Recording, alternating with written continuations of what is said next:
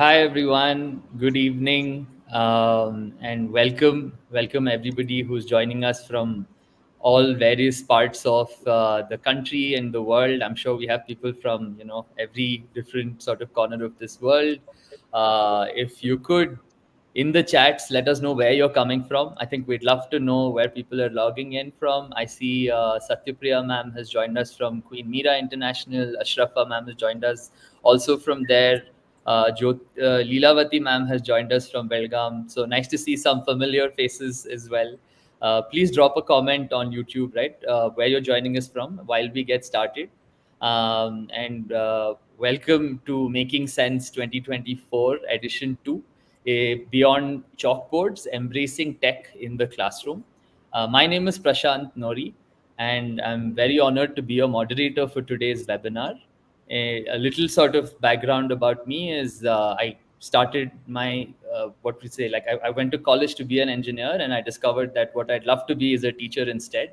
And over the years, I've come to see that they are complementing things that allow me to be a better teacher in some sense. And in that journey, I started off very early with the Meghshala team, and really enjoyed sort of early days of edtech, well before anybody was building for teachers.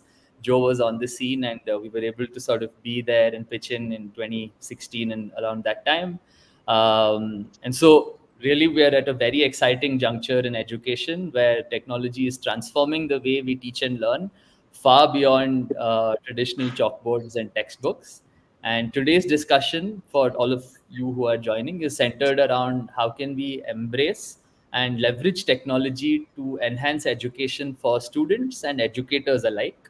And sort of a word I want to kind of continue to lean in on is leveraging. It's not the solution, it's not the answer. We're kind of very clear on the idea that tech is a tool we want to leverage and help teachers, do more. And that's sort of really the discussion we want to center it around. And I'm very thrilled to introduce our distinguished panel of experts. They bring really a huge wealth of knowledge, experience, and passion for education from also very different sides of a very large table, I must say. So I'll do a quick sort of, intros of who all are with us on this webinar. And then I'll kind of pass it around the room so we could all, tell everyone a little bit more about ourselves in just one line. So we have Ms. Pratima. She's the head of corporate citizenship Asia Pacific for Lenovo India. She will be sharing some insights on the role of technology in social impact and education. Pratima, can you give us a quick one-liner about yourself? First of all, I'd like to wish everyone the happy World Teachers Day to all the teachers on the call. And also, I wish Jyoti ma'am specifically because Jyoti's been our inspiration. Lenovo has been a partner with Meghshala Trust for the last 3+ years. We are actually supporting 970 schools across 3 states in the country through Meghshala Trust. Thank you. Awesome. Thank you, Pratima. I really appreciate the introduction. Next, we have Dr. Akash Shankar. He is an IAS officer, Additional Commissioner, Department of School Education, Kalaburagi Division, Government of Karnataka. He will be bringing a government perspective on educational policy and technology integration a little bit. So, Dr. Akash, if you could give us a quick one-liner about yourself, we'd love to know more. Good evening, everyone. So I'm Dr. Akash. I'm an IAS officer of the 2019 batch, and I presently work as Additional Commissioner School Education in the Kalaburagi Division of Karnataka. Awesome. Thank you.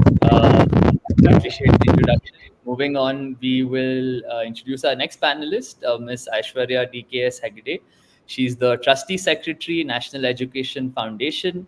Many of us know her through great social media. We've seen her talks all over. So she will be sharing more expertise on how do you bridge educational gaps, how do you promote digital inclusion from an operator's lens. So Aishwarya, again, a quick one-liner, please. Yeah, so thank you, Prashant. I'm Aisshwarya. I call myself as an edupreneur because I feel there are a lot of things in education that we need to catalyzed by bringing entrepreneurship in the picture, and that's what I do. And why I'm here is because I feel education is taking ownership of what we are learning. So we are learning a lot. We need to take ownership of it and inspire many more people to be a part of our journey, which is why I'm on social media expressing my work. So thank you so much. Looking forward to a wonderful discussion. Lovely. Thank you, Aishwarya. Great introduction. Next, we have, it's nice. Usually, when we see panels like this, you kind of usually miss out on the actual people who are in the midst of the action, right? So, we are blessed to have Mr. KP Dahal with us. He is the head of school at Government Primary School, Soreng, BSc in Sikkim. He will be providing some really first-hand experiences of implementing, Meghshala and other technologies in his education settings. So, if you could just give us a quick one-line introduction about yourself. Thank you, Prasanth sir. Am I audible, sir? Yes, very much. Thank you so much, sir, for giving me this opportunity. First of all, I would also like to wish you all the dignitaries present out here. So myself, KP Dahal, working in capacity of headmaster in primary school at Government Primary School, Karnataka, under Education Department in Sikkim since 1993. I feel extremely lucky for taking part in this webinar today with the most experienced personalities. Thank you, sir. Awesome. Thank you so much for joining us and kind of moving on to really someone who's made all of this possible. We fondly call her Jo, but she's Miss Jyoti Thyagarajan, founder and trustee of Meghshala Trust.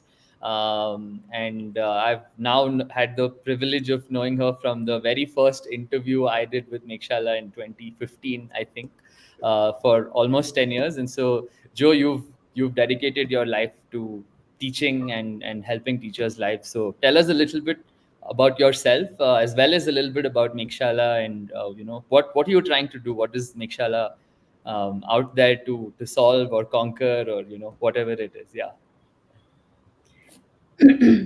Conquer, I certainly hope we do.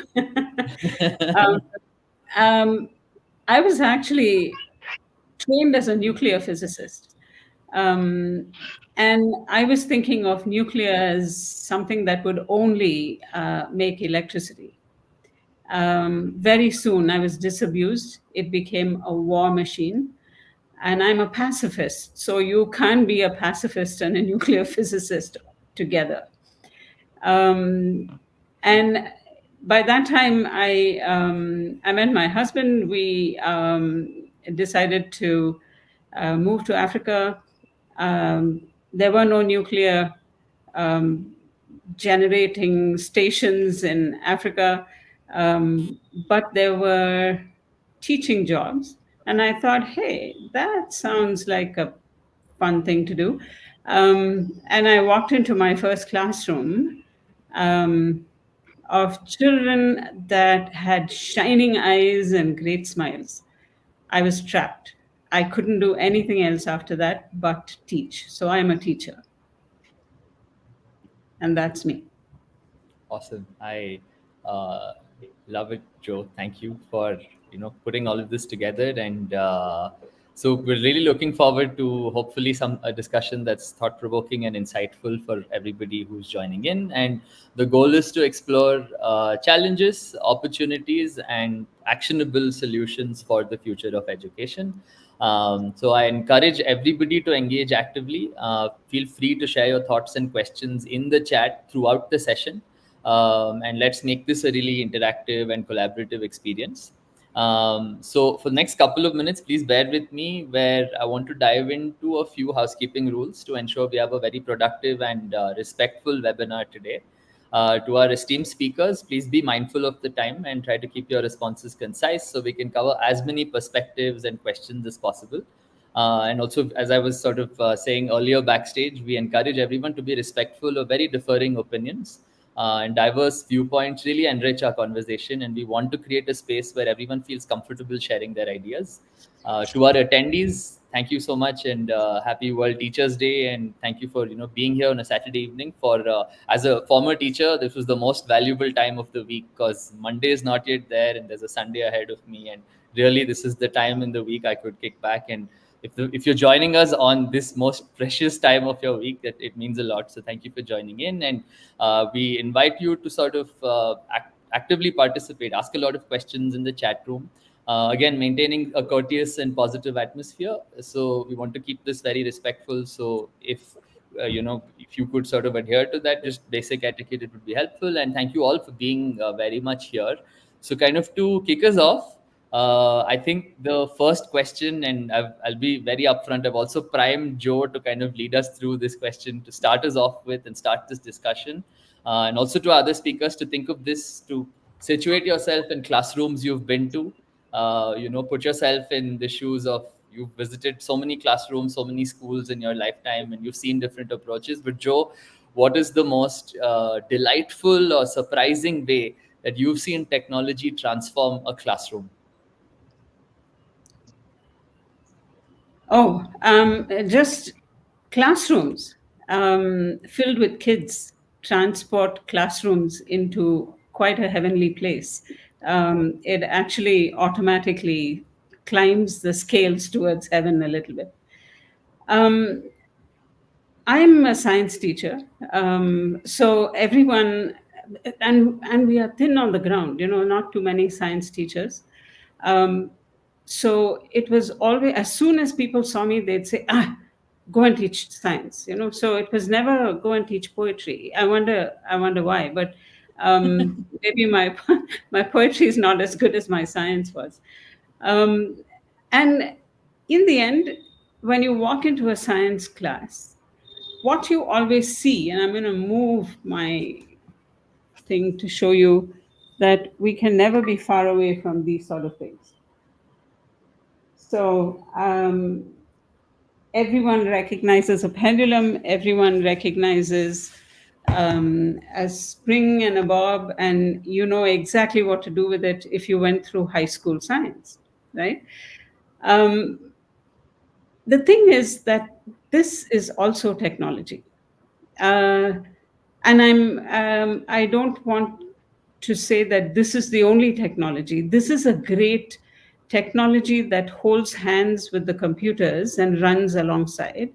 But I remember walking into a class in Zambia and rigging up a computerized. So we've always had ticker timers. I don't know if you remember ticker timers, but it was a series of, it was a little gizmo that would make little dots on a strip of paper, and you could measure exactly how far the strip of paper had moved.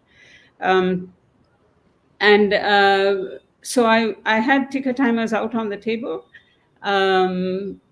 always, but for the first time, I pulled out a computer and I hooked it up to something that measured very elegantly the distance that something had moved. And the kids just looked at me blankly and said, we don't know what you're doing. And I said, this is exactly the same as a ticker timer. And they said, we don't see it.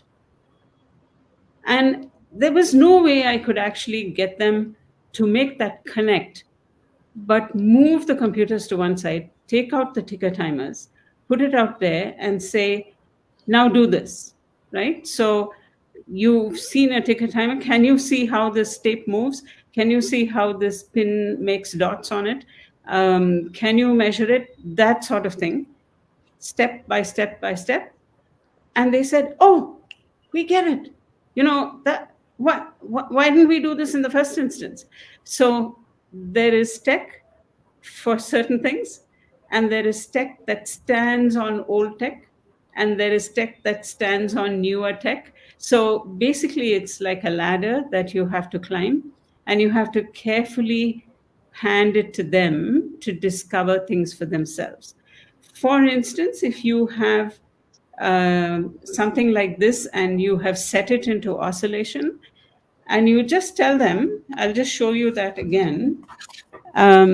This thing, I hope you can see it and it's steady. Can you see what is hanging in front of you? or should I Yeah, lower it? yeah, we can Yeah. see it now. Yeah, Okay. So this thing moves vertically, and this thing moves horizontally. Now, all you have to tell the kids is at what point are they both at the bottom of their oscillation, and can you set it so that they both reach the bottom of the oscillation at the same time? And if you ask them just that one question, they'll teach themselves everything that you wanted them to learn. And that is the magic of actually working with your hands, because somehow um, it takes a theory and goes through your hand and grows your brain. And the moment it does that, your brain becomes a live thing of its own self. And right. that is where we want to lead these kids. Um, did I break the time limit, No, Prashant? not at all, not at all.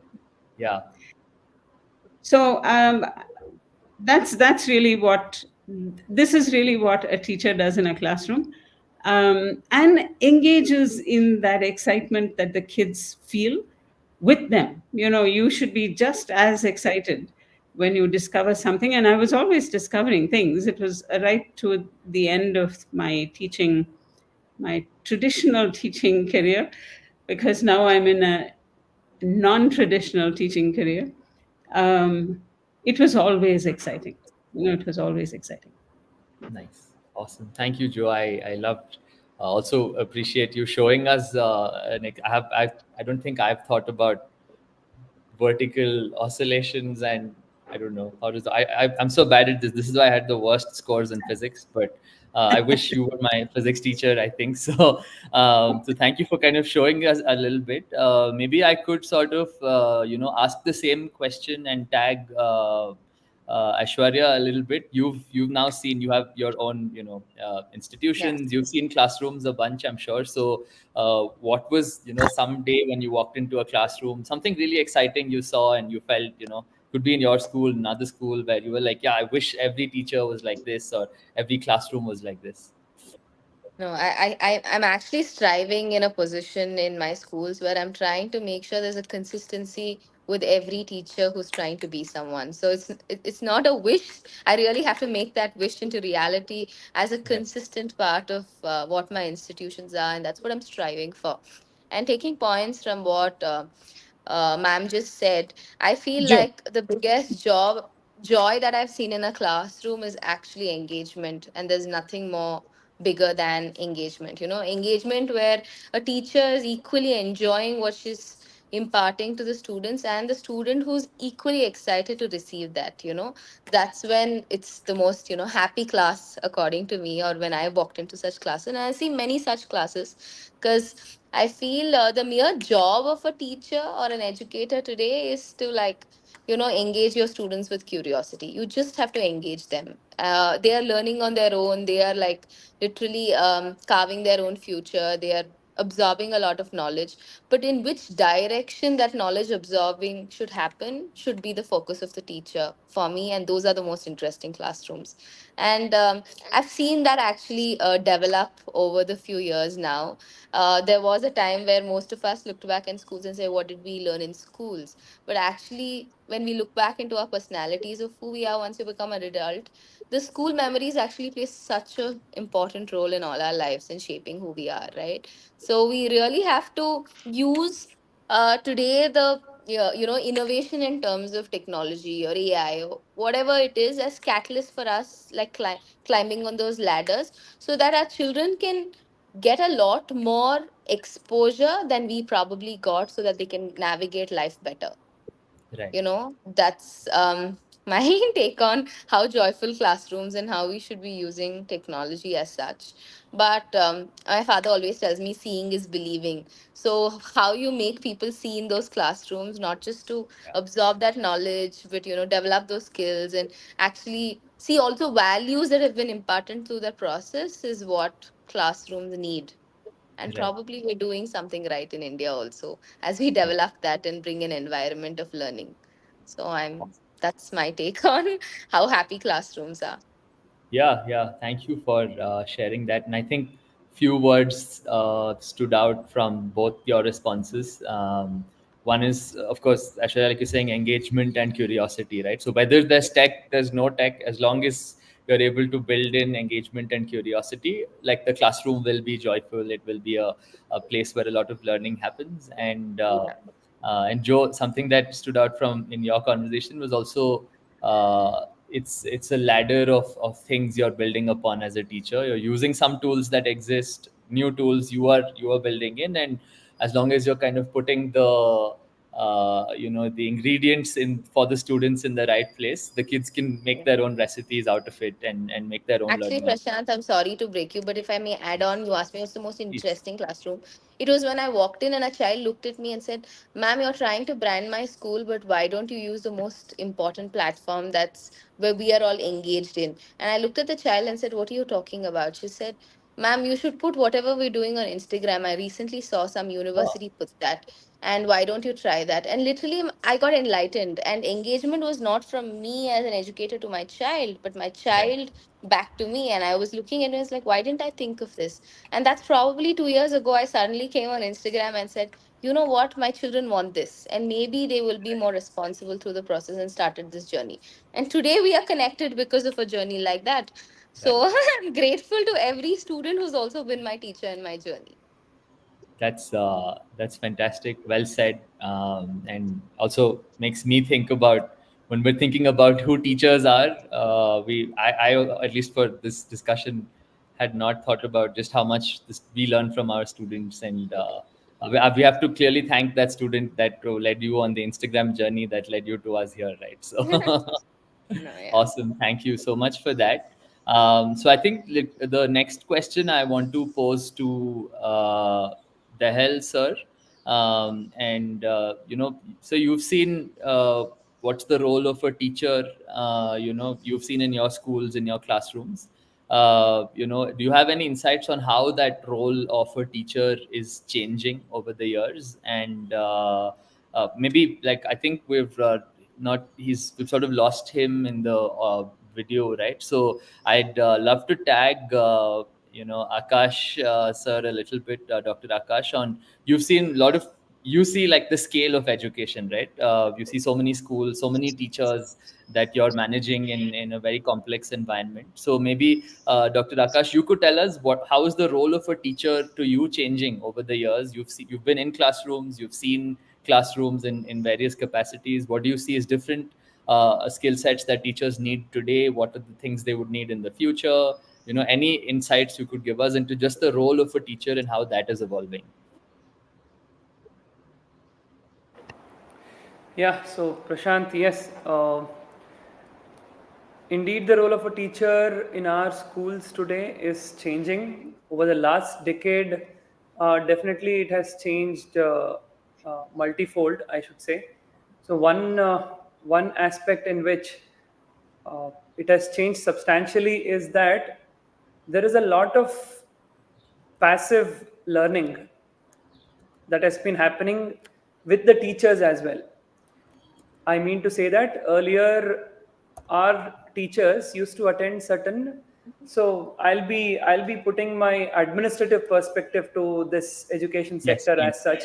I'll not be able to speak like other panelists who are here, who have a different perspective about how to run schools and how to teach kids. So earlier we used to train our teachers in training institutions, etc. We had books, we had booklets, we had a lot of material content as such to read. But off late, I would call this passive learning. Off late, most of our teachers, including us, all of us, we tend to learn things through online digital platforms, maybe say podcasts, maybe say digital classes as such. So this entire gamut of learning, I would call it, has shifted from active learning. Active learning is something you read and then analyze, assess, keep it in your memory, your cognitive capacities in play, and then you present it to your kids. But when you do a passive learning, the entire cognitive what do you say, a processing that happens inside the brain is completely different. That is how our teachers are geared up now. And in future, of course, say 1 decade from now, our teachers would definitely be more into say AI, chat GPT, etc. I was recently watching a podcast. Ro Jogan, his name is, you might have heard of. So he was speaking of how schools in China have changed, wherein they're using AI to assess and observe kids as to how attentive they are in the class, if they are smiling, if they're yawning. Like, they've gotten deep into the minds of the kids. So that is where the other countries have progressed. And when it comes to teachers here, of course, we are also catching up. We have not missed the bus, I should say, thanks to technology. But of course, the only worrying, my point of concern is that with technology, the actual core human touch shouldn't be negated, shouldn't be ignored, and active learning should still play a very significant role in future days as well, because that is what is going to keep us cognitively alive and alert. That's my take. Awesome. Thank you for sharing that. And I think I'm taking back two things that just this difference in active learning and passive learning, and also sort of what are other mediums you're immersed in, right? So I love the perspective, and we'll lean back into that in some time. Maybe I'll pass it on to Dahal sir. It's just the question is, how has the role of a teacher evolved in the last decade, and what changes do you foresee in the next decade coming up?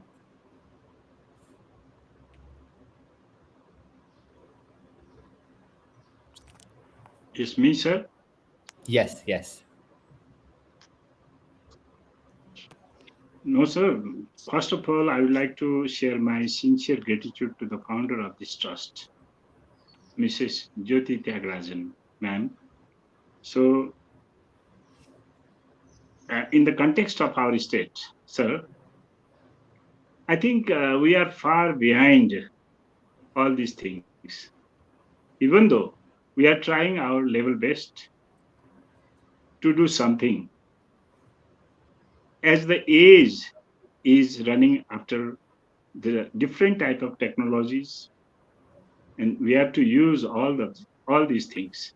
And I can remember when I was a child, and those days it was very, very difficult for us to learn.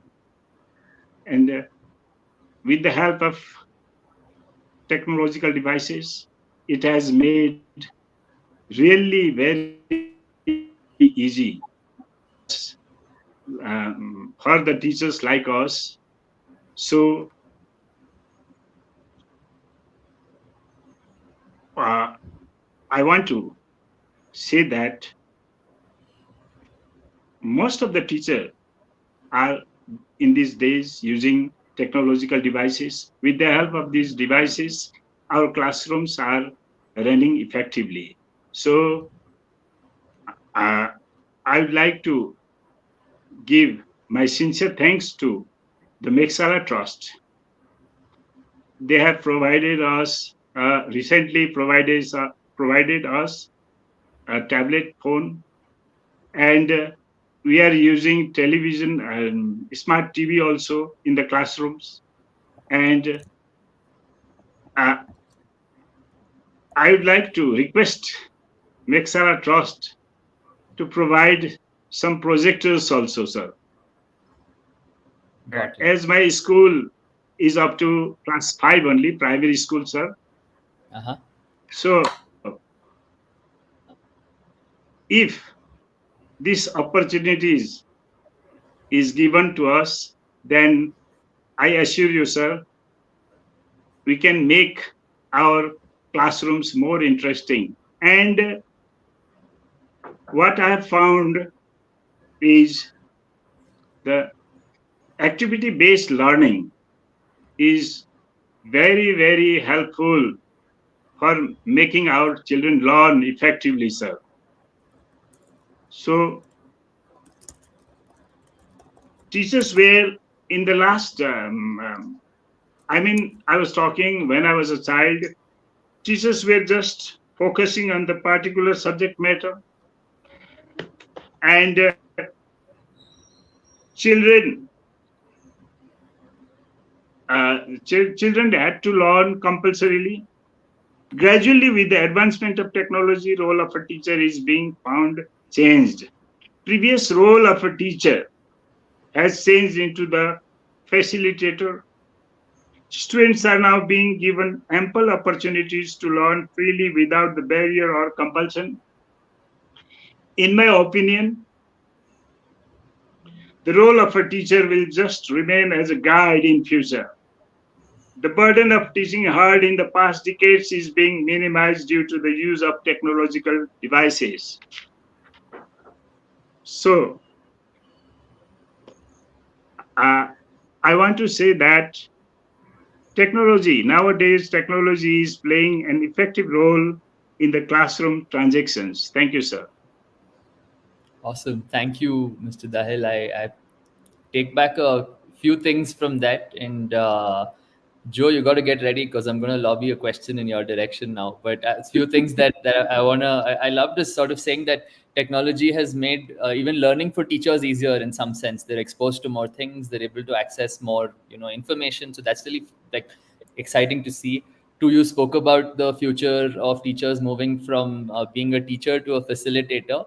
And I love that you brought up this concept of teachers becoming guides. And Joe, I know you've spoken about sage on the stage versus guide on the side. So maybe you could tell us a little bit along the same lines. You've seen teaching, in various capacities, directly as a teacher in the classroom, to being a student, to kind of being teachers to us when we would work with teachers, and now you're overseeing a sort of large organization where people are overseeing those who oversee teachers in some sense. So if you could tell us from your many lenses, what the role of the teacher is going to be. So the role of the teacher, if you and I often do this, I throw this curveball at people who work with me. Poor things, they're trapped. They can't run. I ask them a very simple question: what do you teach? And most often the answer I get is, I teach English, or I teach physics.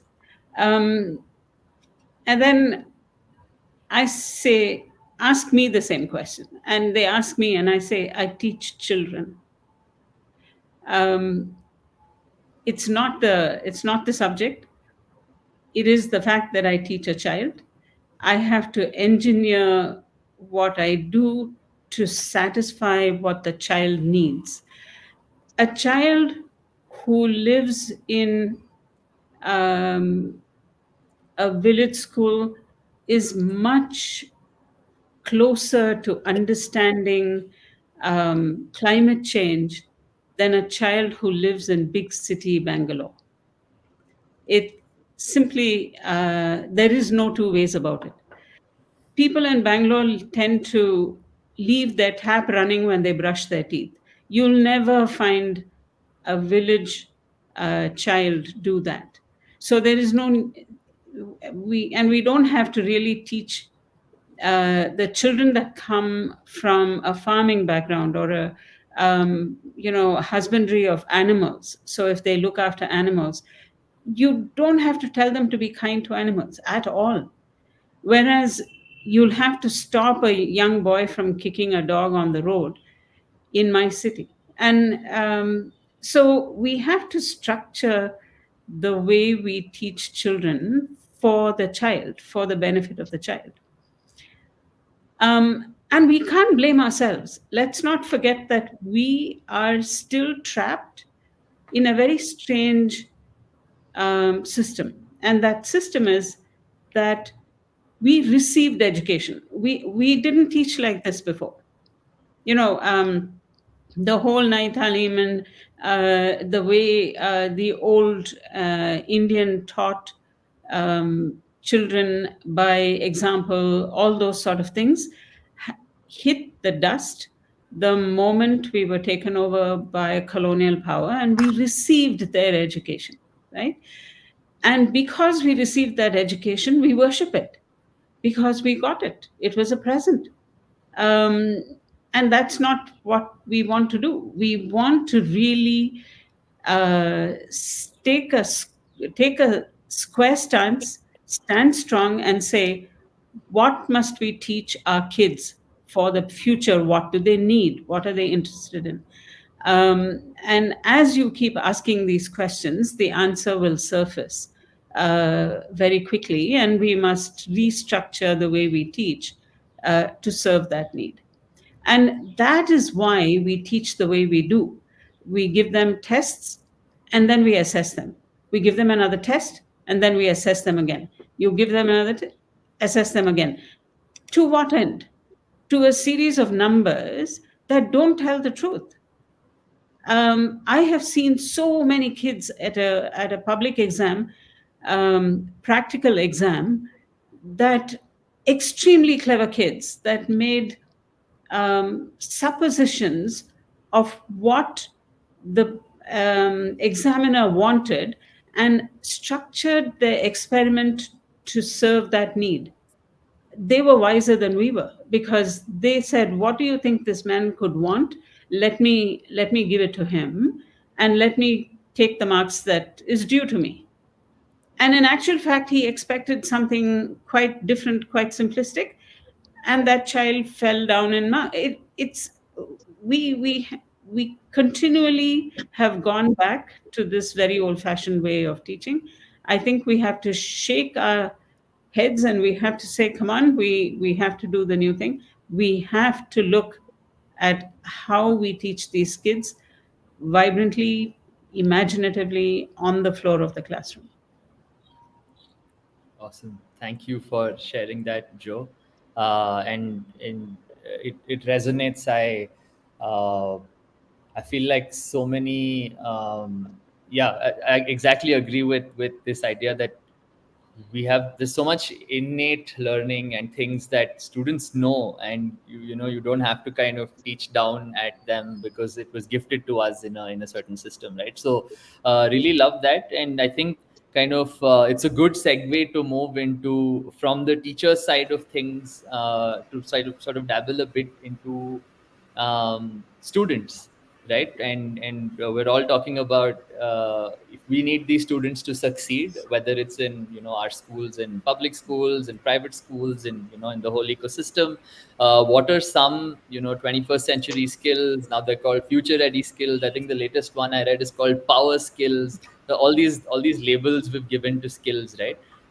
Which of these do we think are crucial, are important? So the way I want to do this is to all of our attendees, if you could drop in the comment section, what are some skills you think are important for our students to succeed? If you can drop it, and at the same time, I'll kind of hand this question. It's a big meaty question in that sense to Pratima, because Pratima, you are at Lenovo. You've made so much of this possible. The work that Meghshala does, you've made it possible to reach really fabulous corners of the country and doing such fantastic work. So, and at the same time, you have a background in Lenovo. You've seen so many students come through, join you as employees. You have other programs going on in STEM education, etc. So if you could shed some light on what are some skills that are important at Lenovo, what are the things that you are doing, programs that involve Meghshala as well as beyond that to kind of foster these skills in students. Yeah. Thank you, Prasanth. I think one thing that keeps coming out regularly from all the panelists and also in some of the comments that we see is the experiential learning or activity based learning. I think that's one of the skills that is required for the students to kind in the school system to be kind of moving forward. And for Lenovo, that kind of stands up very strongly because our mission statement around our social impact activities is focused around empowering the underrepresented communities with access to technology and STEM education. And our STEM education portfolio therefore gets divided into two broad areas. One is K to 12 education, where we bring in STEM and STEAM. So there we look at capacity building of the teachers. This is where I think our Meghshala program comes in very strongly.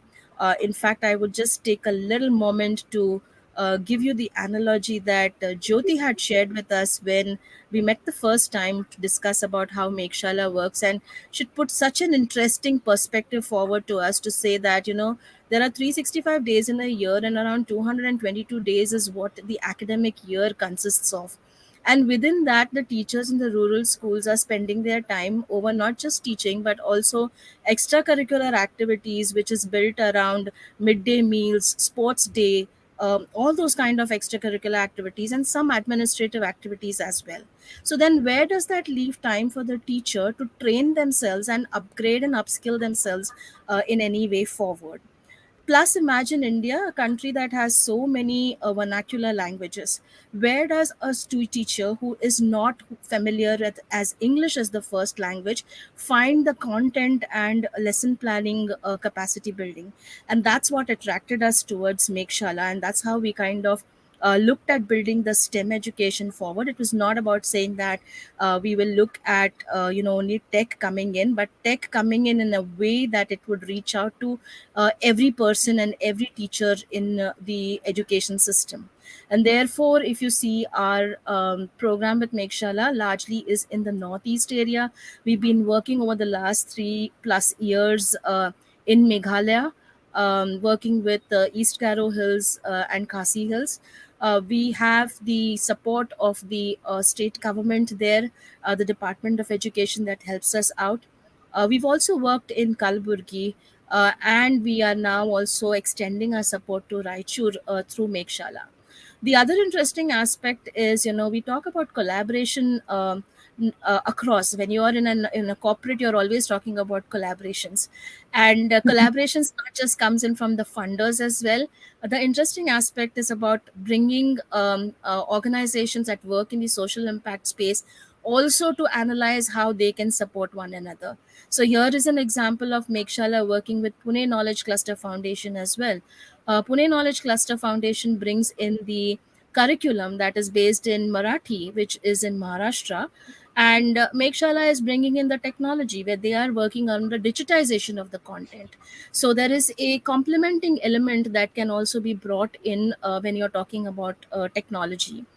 So for us, it's the skills are based around for the teachers as well for their capacity building. And then if we look at the students, the skills are based around experiential learning, and therefore we have the STEM tinkering labs in Puducherry that we work with. We also have STEM labs that we were doing with the iMobile vans with Agastya. And right now we are looking at building skilling amongst the youth as well, largely from the ITI and polytechnic colleges, to see how they end up learning in the classroom the technology, but when it comes to actually being mainstreamed into the corporate world, it requires them to undergo an additional employability skills training. So that's an element that we are trying to bring in. So largely experiential learning, definitely. When it comes to the schools, critical thinking. When it comes to colleges and ITI colleges, etc., it has to be project based learning, because that's how they learn to work in a team. They learn to work to talk about what they are bringing to the table and how they can manage in the large workforce. I hope that answers your question, Prashant. Yeah, yeah. Yeah, I have a lot of notes. I've filled up my page already, so I have to think. There's a lot that you covered in terms of some words that stood out around experiential learning, tinkering labs, collaboration. Uh, you know, how do you build and design for such diverse sort of vernacular, media, whatever languages that exist in our country. So um, yeah, a lot to unpack in that. So I mean, I'll get into it a little bit, but what are some skills, or on the negative end, I think I want to ask you, what are some things you think, Pratima, we're doing like wrong as a system? We shouldn't be focusing on those things, and we should focus more on future directions a little bit.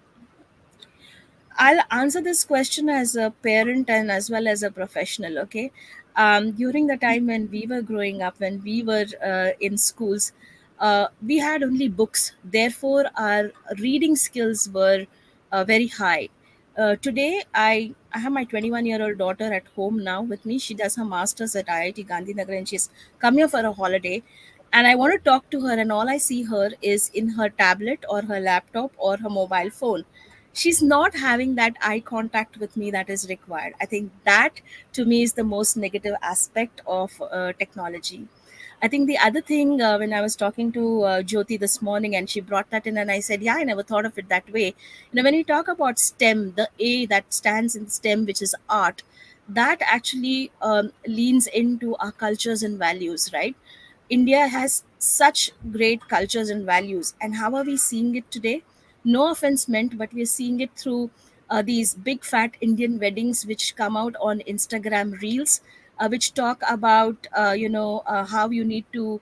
How you need to respect your elders, and what is a haldi ceremony, and what is this and what is that. Why do we need technology for that? These are things that are happening in our households.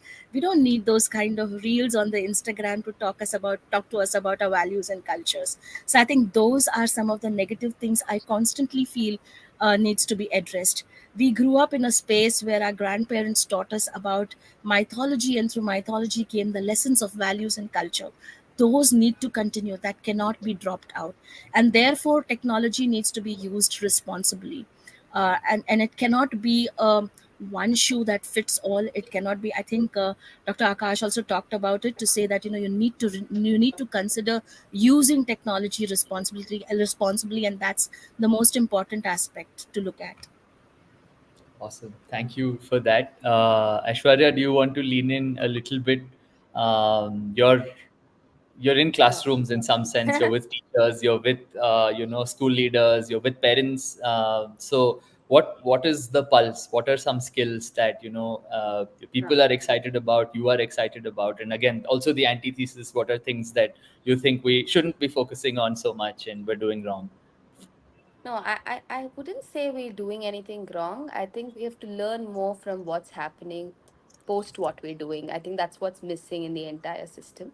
But, being crafting the culture and the direction in which schools should run, and building culture building of an organization has been something that I've been doing for some time now. And when we did that, and last time when we were analyzing in my own institutions, whether it was the K-12 institutions or even in higher education institutions, one of the questions that we as educators put forward and started thinking about it. I know everyday things are changing. Pandemic has brought about the most you know the most important change, where we can analyze it and adapt it the way we want. And with all these changes, the one question that we asked ourselves is, what didn't change in education system and what will not change in the education system for the next 10-15 years? Because if we are going to keep running behind what's going to change, when will we have our foundation root system right? And that's exactly what Pratima ma'am was also saying that there is a certain foundation. We have to take that foundation and embrace it further, and not just keep changing the foundation.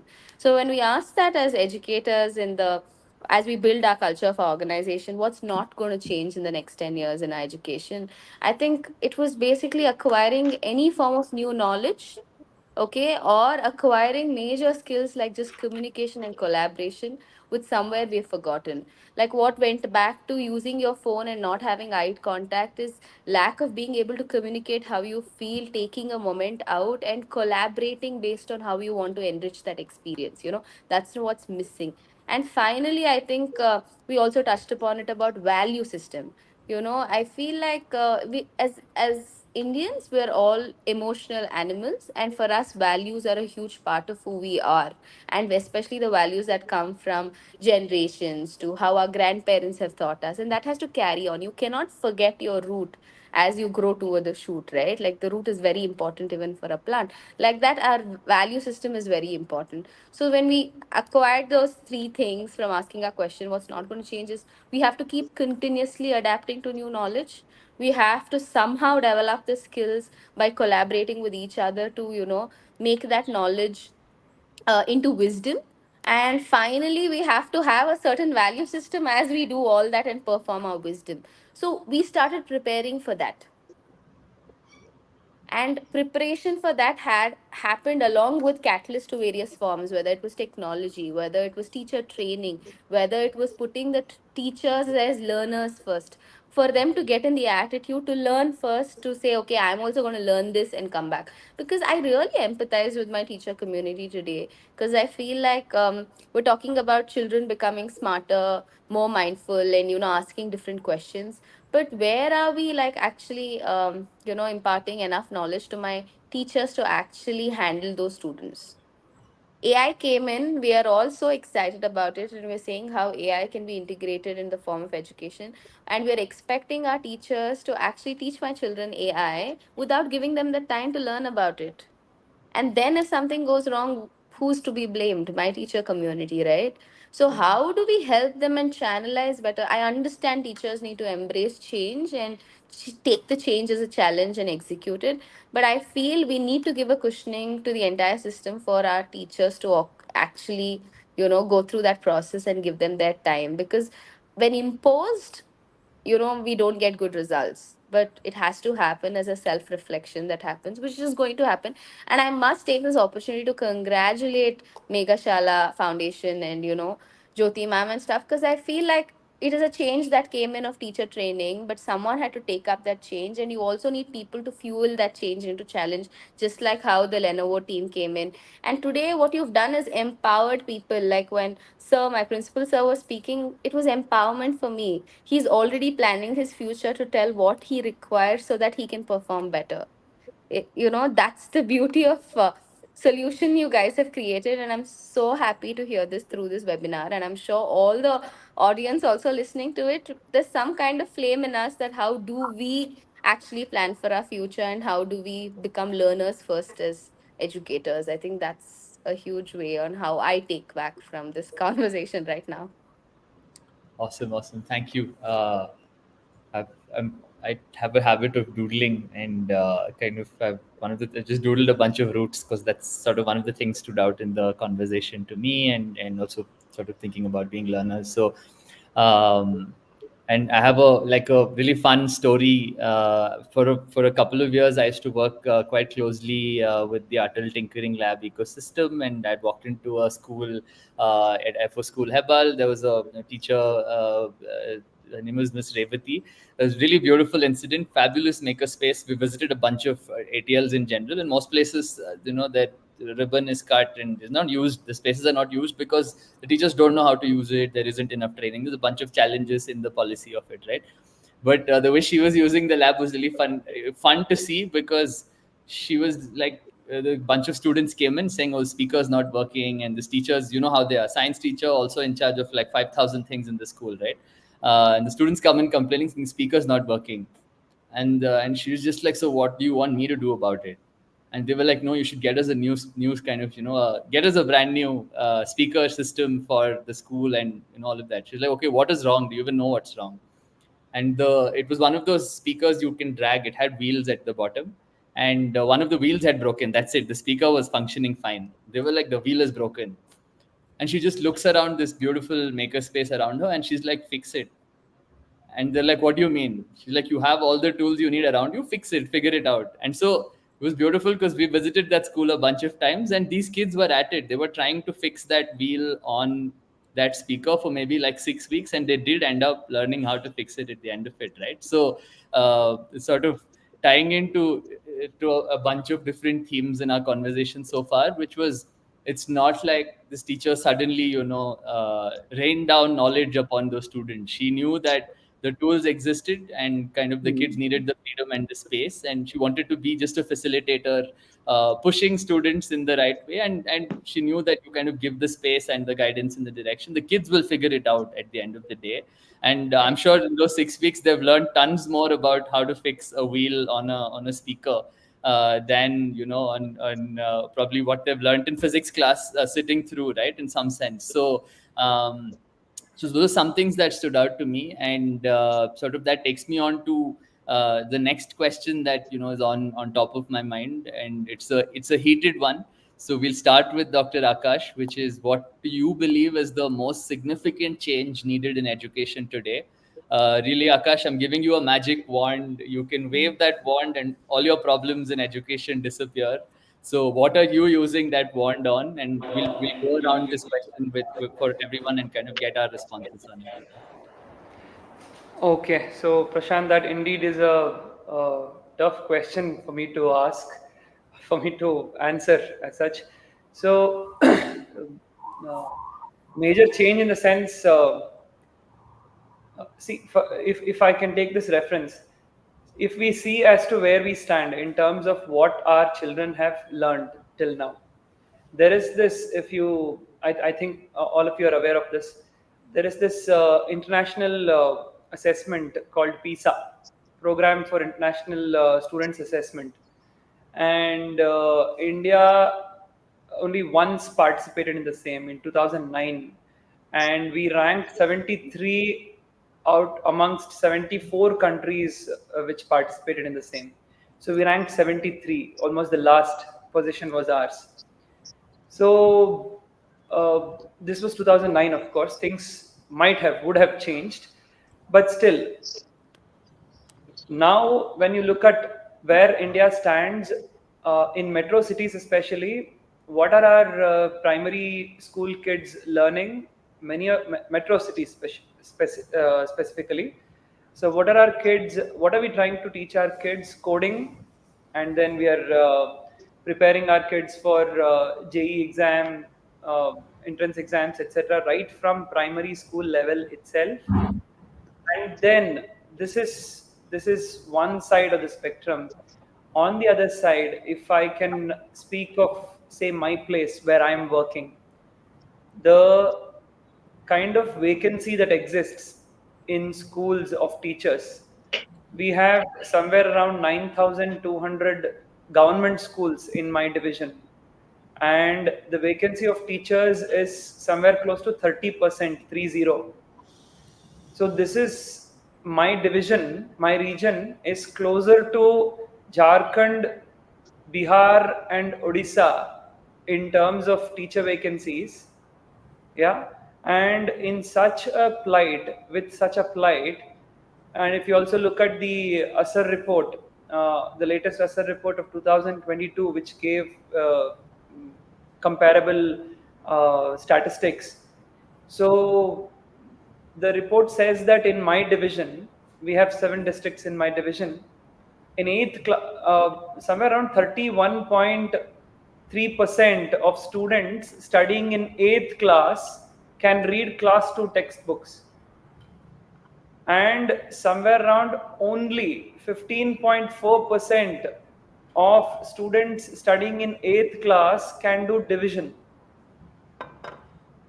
So basically, when the question is this, when my 8th class students, 15% of them are able to do division, I just cannot even imagine to compete or participate in an international assessment like that of PISA, for sure.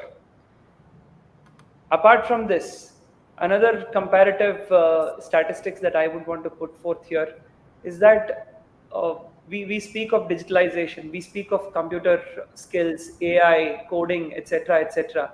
And of course, when we compare ourselves with other countries, we might have missed the bus, but it is not that far, I should say.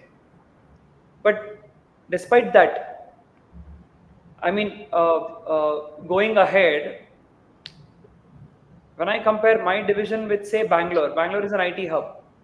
So how many class 11, class 2 students have taken up computer science as part of commerce or science in my division. When I compare it with Mysore, it is very unfortunate, and it is an eye opener. Only about 2,500 students in class 11 and class 12 in my division are presently studying computer science. And any guess as to how many students in Bangalore division meaning districts in and around Bangalore, which includes Bangalore. So can you guess as to how many students might be studying computer science in their class 11 and 12 right now? Whoever wants to take a guess, please. In my division, it is 2,500 students. I don't know, 20,000, 2 lakh. The magnitude 20,000. is a bit. Yeah, so 20,000. So basically, the number of kids in those classes are more or less the same. If there are say 24 lakh students studying in schools in my division, it is somewhere around 35 lakh students studying in Bangalore division. So the number of students studying computer science in their 11th and 12th is 1,41,000 in Bangalore, and it is only 2,500 in my division. So the most important change in India that we need to address is this disparity.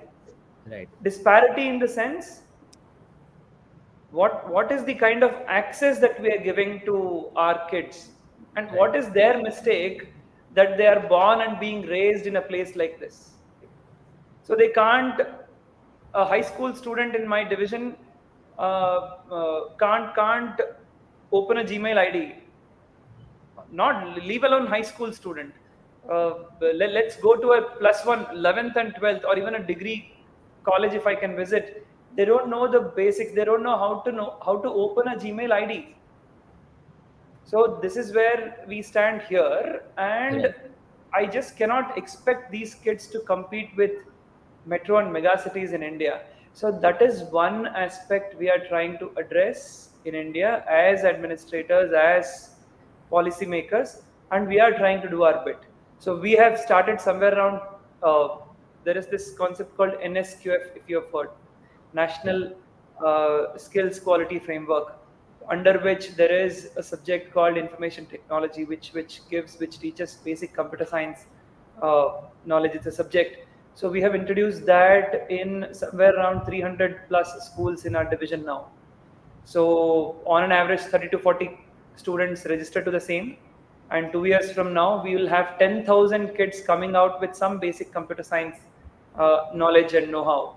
So these are some what do you say, drastic initiatives we are supposed to take, and we are in line, but it does exist. We'll have to open our eyes for the same, and this is the reality.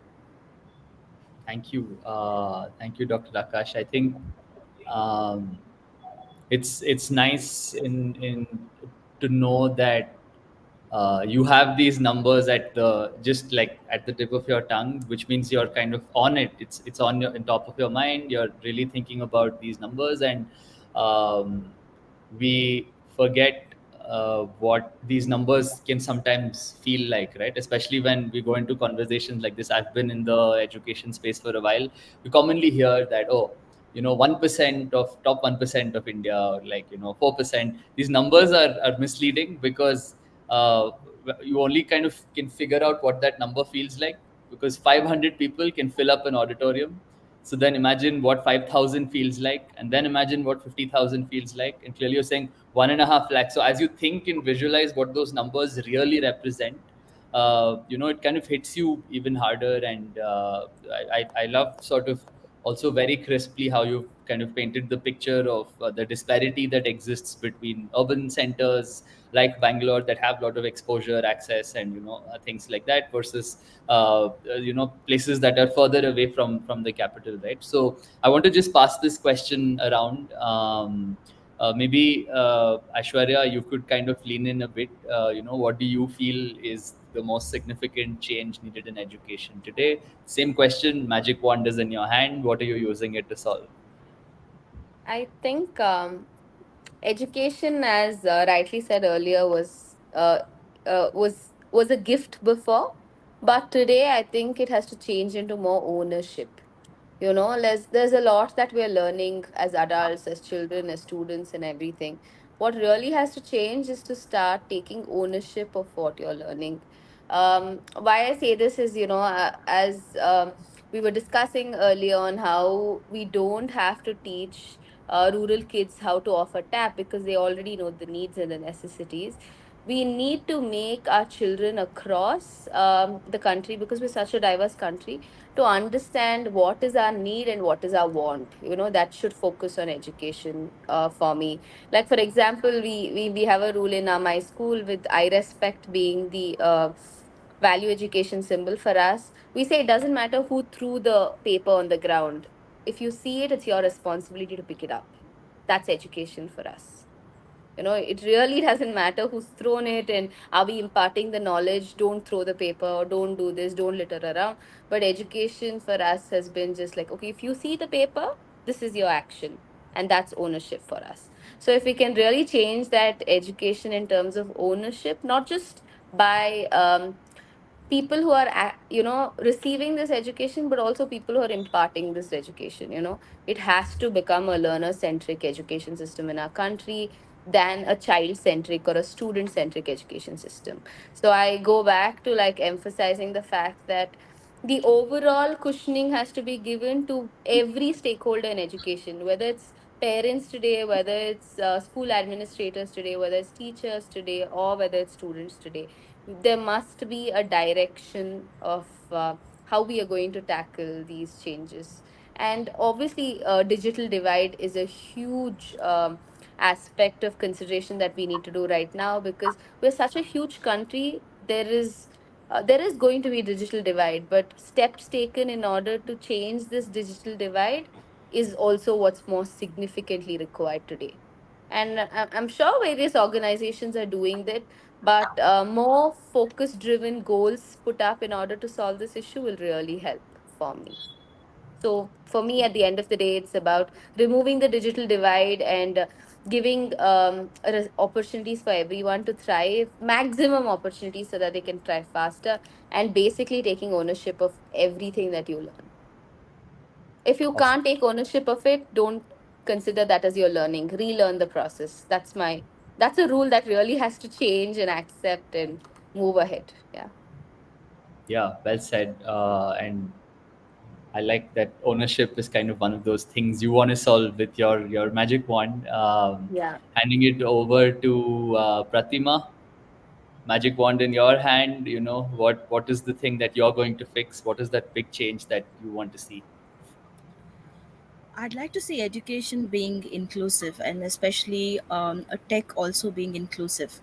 For me, the diversity exists, but that diversity needs to be appreciated. But let's also look at young students who are um, especially abled or have learning disabilities, and how technology can work for them. The other thing is, I have visited schools where I've seen that government and well meaning organizations have given um, digital devices, but they don't close the loop. And that therefore we went back to Meghshala in some of these schools and said, let's revisit. If there are devices in place, how can we bring the curriculum to the ground and close that loop, where you are having smart boards lying idle, or you have computers that are just sitting there and simply no curriculum available. And I'm also guided by another inspiration, Dr. Ajit Kembavi from Pune Knowledge Cluster Foundation. He is the principal specialist there. And when I had visited him during for the Maharashtra project, he'd made one statement that kind of just stays with me. He said, we look for scientists and educationists in the urban system. But do you know that Dr. Jayant Narlikar, who is the foremost astronomer in India, actually came from a rural school? And therefore, why are we not tapping into the rural schools and trying and bringing those students up to the mark, providing them access to education so that they can move forward? And I think my endeavor in terms of wanting to make a change would be that, to be able to reach out to as many students in the rural area as possible, to bring them up to what STEM and STEAM is all about, not just about tech. Let them make informed career decisions about how they would like to move forward. Awesome.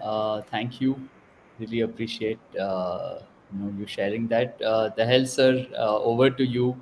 What do you think is the most significant change needed in education today? You're in the system, so what is your opinion as a school leader? Yes.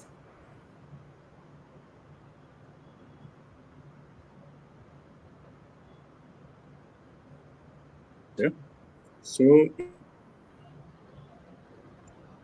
teachers are to be well trained. First and foremost thing is that, and they are to be trained with the latest technological devices. Some of our teachers are still unable to use the technological devices also. So, besides this, frequent orientation program to be conducted once in every quarters so that they can remain updated. In my view, even in the lowest level, as I told you earlier, devices like projectors are very much needed for better learning environment. And the Meghshala, from its own level, trying to empower teachers with the uses of technological devices in connection with this with mobile apps, where the teachers can get sufficient ideas on contents, learning outcomes, etc. In my school, teachers are found interested with the device provided by HCL Foundation for TLM purpose. So I would like to give a thank, and I always remain grateful to Meghshala Trust for providing such devices to the schools in rural area. Talking about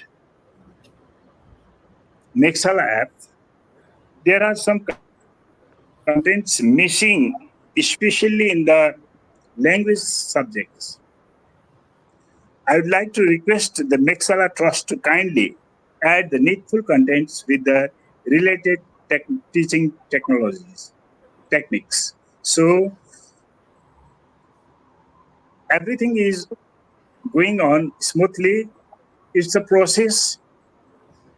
So I think, as I told you, sir, when I was a child, the time was difficult, and we are seeing everything now, and we are using. I'm at the age of 60, and I'm on the verge of my retirement. So improvement and betterment is going on. So this much I have to say about this question, sir. So most significant changes, if we have to bring, is we need to keep our teachers trained with the technological devices, sir. Thank you, sir. Awesome. Thank you. Appreciate your inputs.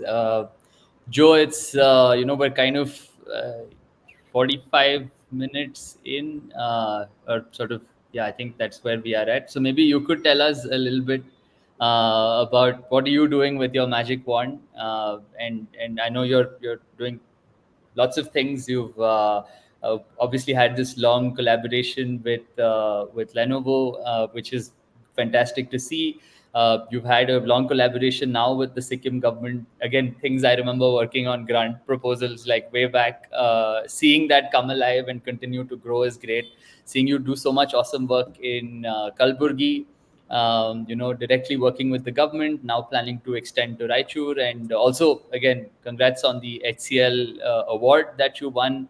To our viewers, listeners, like, it's one of the hardest competitions you could ever get into, and it's only given to like the best organizations. And in fact, I think the year that Meghshala won the HCL grant, they won it competing with Tata Institute of Social Sciences. So that's saying something about both the quality and the depth of your intervention. So, what is it that you want to do? How do you want to solve education, and want to learn a little bit more from you?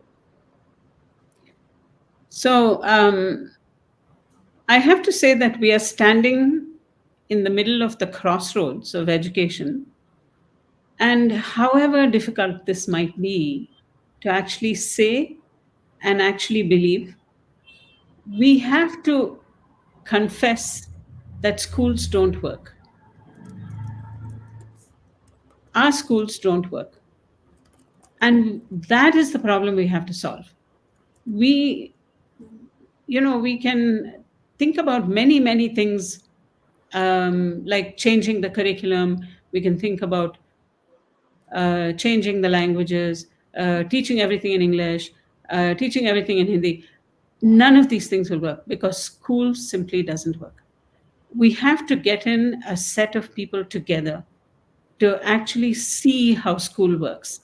And if I might just say this one thing, a large component of Meghshala employees have joined us from ordinary government schools. They are ordinary village based government schools. There's nothing special about them in comparison to government schools all over. And it takes a year for them to be operating at the level at which they are operating.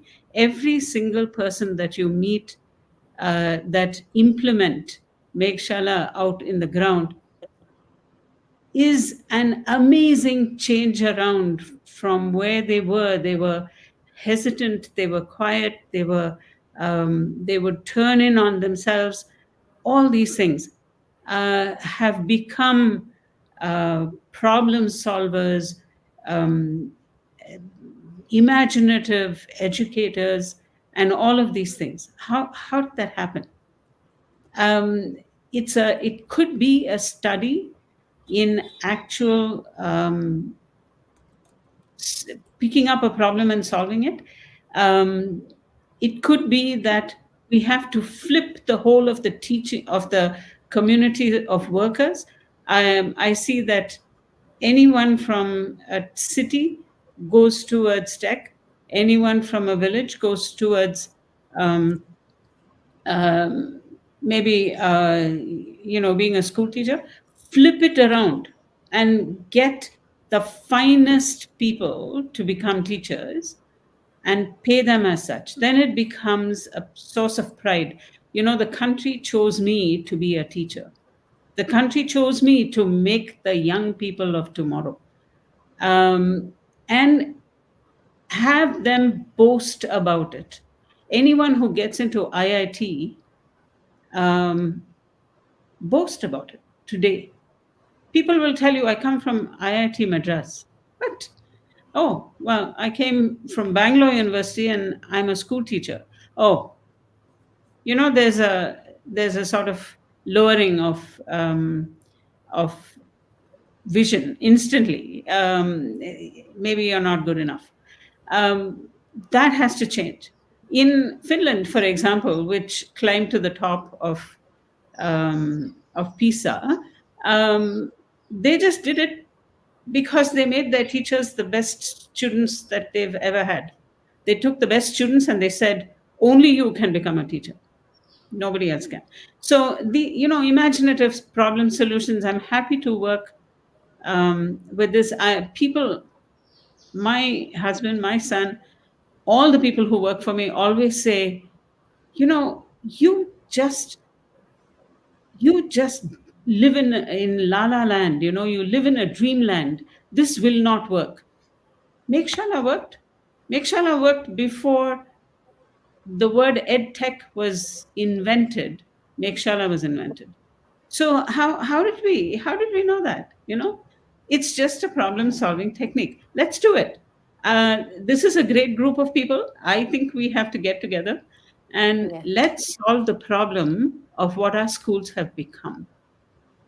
And Professor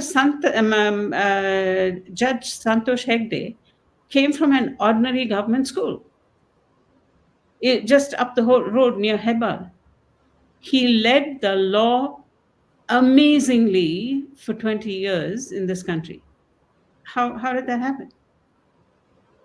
And if we can do it in 1 year in Meghshala, I bet with powers like you, we can turn this thing around. The problem seems to rest with schools. Let's change them. Awesome. Thank you, Joe, for that. And I got a small note from Pratima saying she noticed that Ashwini ma'am is on this call, and she wants to kind of share just one example that she saw. And I think that will be a good note to kind of close this out on. Yeah. Exactly. Go, Pratima. You take it. Yeah. Yeah, it just reminded me of the statement that you made, Jyoti, about ordinary people coming in from government schools, and Ashwini Doddapannavar is a great example. We had this campaign called New Realities campaign, where we were acknowledging the use of technology by 10 young women entrepreneurs or social entrepreneurs or whatever you would like to call it.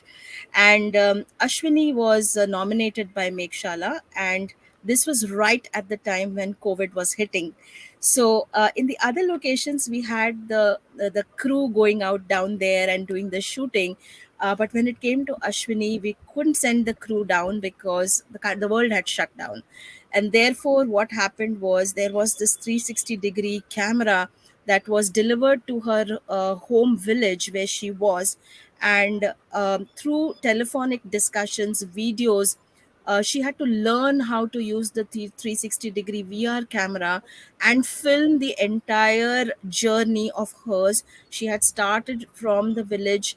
She wanted to get into a job, and I think her family was looking at her getting married off, and she didn't want to do that. She had come to Bangalore, picked up additional skills from Deshpande Foundation, and was then managing around 10 schools in as part of the Meghshala program. But here's a great example of how she self-taught herself, and I think this boils down to what Aisshwarya said about ownership. You need to own the skill of learning. You need to own what you want to do, and that's exactly what Ashwini did. This is also an example to say that tech is not difficult to learn. You can do that, and I think Dr. Akash talked about passive and active learning, and this is that example that talks about how you can take active learning and move forward. And I want to kind of, if you give me the opportunity, Prasanth, I just want to end this on a high note, to say that we talk about women not being in STEM, but here are examples. If you look for it, you will find those nuggets that can inspire you and keep you motivated to continue your journey in education and bringing in STEM in the lives of young students in the country and around the world. Thank you. Awesome. Thank you. I appreciate you leaning in and sharing that. Watch the video. It was fantastic and very inspiring to see. So I think that kind of we've had a great discussion, and I want to sort of end on a few notes. First up, I feel like I'm sitting in you have imposter syndrome. Like, that's what I'm facing right now, just seeing all the fantastic work all of you are doing, and I feel like an imposter here. And but also, like, it's like I'm by mistake I've been put into the Avengers or something like that, right? So I hope that this conversation moves from the webinar to all five of you sitting across a table and trying to figure out what more can everyone do, how can each of you help each other. So that I think is for me, that would kind of be one of the outcomes of this conversation, is to move out of this and get all of you in front of a table, having a cup of coffee with each other. I think so thank you for being patient listeners. And Joe's raising a hand, I think. So Joe, over to you. No, I'm sorry. I wanted to say thank you to Pratima for accepting what Ashwini did.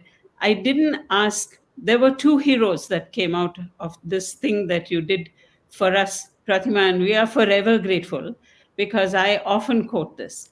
I won't mention the other girl's name because I didn't ask her permission. And when both names went up, Pratima could choose only one. The other girl said, Ashwini has had a harder climb. She should get the award. And she stood back and she let Ashwini go and get the award. They were both equally good. And this girl demonstrated her generosity and her spiritedness. She's still with us. And, thank you for giving her the opportunity to show people how to be generous in a workplace. Now, these are things that we should teach in school, not the equator goes through Kenya. That's incidental. Awesome, awesome. Thank you, Joe. I No, appreciate you. adding on to that Yes, point, I Ashwa. feel that's exactly what teachers do. No, they showcase a huge amount of generosity. Like Yeah. they're not always bothered about how well they did, but their success and celebration is all about how well their student did. And also Mhm. helping people around is the most important part of a teacher. And we often, I mean, teachers don't get often credited for that, and we need to credit them more. And I feel apart from Ashwini, the other teacher was a great teacher because she understood and identified the quality of her colleague better. And that's what we need to do. And that's what beautifully teachers do, which is why we need to give them all the credit and put them and make the best people only the teachers because they deserve the most respect in the world. Yeah. Awesome. So Aisshwarya, Thank I'm going to come and see you, and let's plan this. Let's plan Definitely. this. I'm in with this. I look forward to take this in conversation to action. And I'm Yeah, so happy to be a part of this journey also. So thank you. excellent. Thank you. Excellent. Thank Thank you. you, Dr. Akash. Any closing words you'd like to share, and I would move on to the sort of thank you note at the end. I should thank Meghshala for giving me this opportunity. It was a really insightful discussion that we all had. I was glad to take a break from my routine regular work and be a part of this discussion. And I keep discussing, I keep interacting with Meghshala, in fact, quite often. And one small request that I have from Meghshala is that we have a lot of high schools where we have computer labs, but we don't have computer instructors. We don't have people to teach. So we already have teachers who have been trained. We call it something called TALP, Technology Assisted Learning Program, TALP trained teachers, the regular science and math teachers who have been trained with this. But out of their busy schedule, they're not able to do that. So at least I would want you to take up an exercise just like Pratham, to assess and do a survey maybe, to check and assess as to how many kids, at least in high school level, have basic and bare minimum digital literacy. So something of that sort, a survey of that sort, if can be done, that should be the first of its kind. I've never heard of such a survey or exercise being done. At least in my division, I invite you. I can have an MOU also with Meghshala on that. So if that can be done, we will have a fair idea as to how to go about and improve the situation in future. Sure. Awesome. Thank you. Thank you. Thank you. Appreciate it. I want to thank everyone today who's sort of been here for such an insightful discussion. I ran out of pages in my in my notebook while I'm writing things down. Uh, very thankful to our esteemed panelists for sharing their valuable experiences and perspectives, and to our attendees. All of you have stuck on for the last 90 minutes for your active engagement and thoughtful questions. A really special thank you is what we can't see on this screen is what is running this event. There's a frantic WhatsApp group where we've been firefighting on the back end, and I want to sort of call on whoever's there on the back end on the Meghshala team. If you could make yourselves visible, that would be great. Just kind of say bye and show yourselves a little bit. And in no particular order, I think Ashwini, Dipti, Shrunga, Harini, Jaya, Meha, Sarah. There's so many folks on the back end from the Meghshala team who worked very hard to kind of get all of this to run. So yeah, I was All just women. telling. Yeah, All yeah. women. And All so Jaya's kind of showing herself briefly. So maybe if everyone's there, we could take a quick photograph together before we wrap up. And maybe Shrunga or Meha, one of you could take a screenshot. And the rest of us could have our widest smiles for the photo. Take. Awesome. Thank you, everybody. I appreciate your time. And at the bottom, you could see support at meghshala.online. So you could reach out there if you have more questions about Meghshala and how you can sort of engage.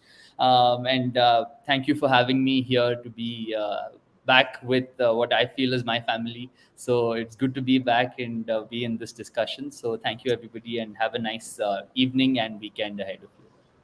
Thank you. Wishing everyone a World Happy Teachers Day. Yes, happy Yeah, Teachers' and an amazing job. Very well done. We were at Thank you. and you kept the interest up. You kept the thing going at the right speed. Congratulations. Thank you. Thank you. Thank you. I believe there's the job of the American president going. Would you like to apply? Not in that competition. Right. Thank you, Thank you, everyone. Prasanth. Thank you, everyone. Thank you. Thank Thank you. you.